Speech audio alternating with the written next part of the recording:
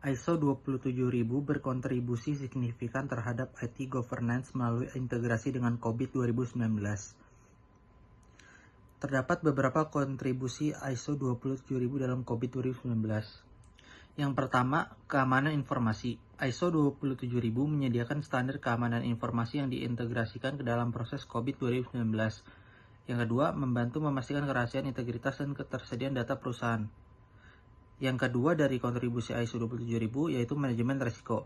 ISO 27000 mendukung identifikasi dan mitigasi risiko keamanan informasi dan menggunakan pendekatan ini untuk meningkatkan tata kelola IT secara keseluruhan. Yang ketiga, kepatuhan, membantu organisasi memenuhi persyaratan regulasi dan hukum terkait keamanan informasi dan mengintegrasikan aspek kepatuhan ini ke dalam kerangka kerjanya. Yang keempat, peningkatan proses. ISO 27000 memberikan praktik terbaik yang dapat dimasukkan ke dalam proses COVID 2019 dan membantu meningkatkan efektivitas dan efisiensi proses IT. Yang terakhir, pengukuran kinerja, menyediakan metrik untuk mengukur efektivitas kontrol keamanan informasi dan menggunakan metrik ini dalam penilaian kematangan dan kapabilitas prosesnya. Di sini saya akan menjawab pertanyaan bagaimana standar kualitas ISO 9000 berkontribusi terhadap tata kelola IT governance.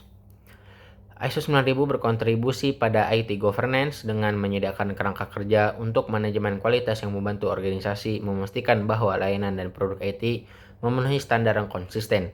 Berikut beberapa kontribusi utamanya. Yang pertama, standarisasi proses. ISO 9000 memastikan bahwa proses dalam IT governance terdokumentasi dengan baik, konsisten, dan dapat diaudit. Ini membantu meningkatkan efisiensi dan mengurangi risiko kesalahan operasional. Yang kedua, manajemen risiko. Dengan pendekatan berbasis risiko, ISO 9000 membantu organisasi IT mengidentifikasi, menilai, dan mengelola risiko terkait sistem dan layanan IT. Yang ketiga, peningkatan berkelanjutan. ISO 9000 mendorong pendekatan continuous improvement melalui siklus PDCA, Plan, Do, Check, Act, yang relevan dalam pengelolaan IT agar selalu sesuai dengan kebutuhan bisnis dan regulasi. Dan yang keempat, fokus pada kepuasan pelanggan. Dengan menekankan kualitas layanan dan kepuasan pelanggan, ISO 9000 membantu memastikan bahwa layanan IT yang disediakan selaras dengan kebutuhan pengguna dan stakeholder.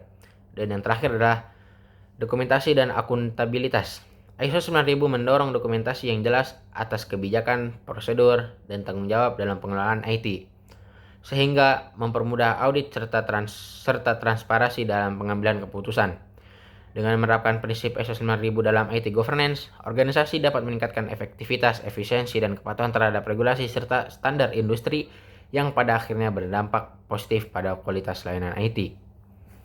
Halo semuanya, saya akan menjelaskan tentang perbandingan antara tiga standar internasional yang sering digunakan dalam dunia bisnis dan teknologi, yaitu ISO 9001, 27000, dan 38500. Jadi ketiga standar ini memiliki fokus yang berbeda tetapi saling melengkapi dan mendukung dalam kesuksesan organisasi.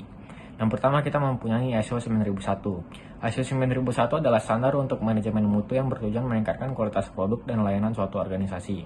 Standar ini membantu perusahaan untuk memastikan bahwa proses bisnis mereka efisien, konsisten, dan berorientasi kepada kepuasan pelanggan. Dengan menerapkan ISO 9001 ini, sebuah organisasi dapat meningkatkan kepercayaan pelanggan dan daya saing di pasar. Lalu kita memiliki ISO 27000 yang berfokus pada manajemen keamanan informasi. Di era digital saat ini, perlindungan data menjadi sangatlah penting. ISO 27000 memastikan bahwa organisasi memiliki sistem yang kuat untuk menjaga kerahasiaan, integritas, dan ketersediaan informasi. Dengan standar ini, perusahaan dapat mengurangi risiko kebocoran data, serangan cyber, dan pelanggaran keamanan lainnya. Lalu yang terakhir kita memiliki ISO 38500 yang membahas tata kelola teknologi informasi atau IT governance. Jadi standar ini memberikan panduan kepada manajemen perusahaan dalam mengambil keputusan strategis terkait IT. Dengan menerapkan ISO 38500, organisasi dapat memastikan bahwa investasi di bidang teknologi selaras dengan tujuan bisnis mereka dan dapat dikelola secara efektif. Jadi perbedaan utama dari ketiga standar ini adalah ISO 9001 itu berfokus pada manajemen mutu untuk meningkatkan kualitas produk dan layanan. Sedangkan ISO 27000 berfokus pada keamanan informasi agar data tetap aman dari ancaman. Lalu ISO 38500 berfokus pada tata kelola IT untuk memastikan pengelolaan teknologi yang baik dalam organisasi. Jadi ketiga standar ini memiliki peran penting dalam meningkatkan efektivitas dan daya saing sebuah organisasi. Dengan menerapkan standar-standar ini secara bersamaan, perusahaan dapat memastikan operasional yang berkualitas, aman, dan dikelola dengan baik. Terima kasih. Halo, nama saya Delwin Fuad Adrian dan saya akan menjawab pertanyaan berikutnya, yaitu bagaimana suatu perusahaan dapat secara efektif menyeimbangkan biaya mitigasi resiko dengan potensi dampak dari resiko yang telah diidentifikasi. Jawabannya itu pertama, mereka tuh harus identifikasi risiko dulu. Jadi perusahaan tuh harus mengenali semua risiko yang bisa terjadi dalam operasional sehari-harinya. Yang kedua itu kita harus menganalisis dampaknya, yaitu jadi setiap risiko itu dinilai dari segi kemungkinan terjadi dan dampaknya terhadap bisnis. Tiga itu prioritaskan risiko. Itu kita harus fokus pada risiko yang memiliki dampak besar dan kemungkinan tinggi terjadi. Terus lalu kita harus menentukan strategi. Contoh strateginya seperti kayak menghindari resiko jika terlalu berbahaya, mengurangi resiko dengan langkah-langkah mitigasi, membagi resiko lewat asuransi atau kerjasama, terus menerima resiko jika biayanya lebih kecil daripada dampaknya.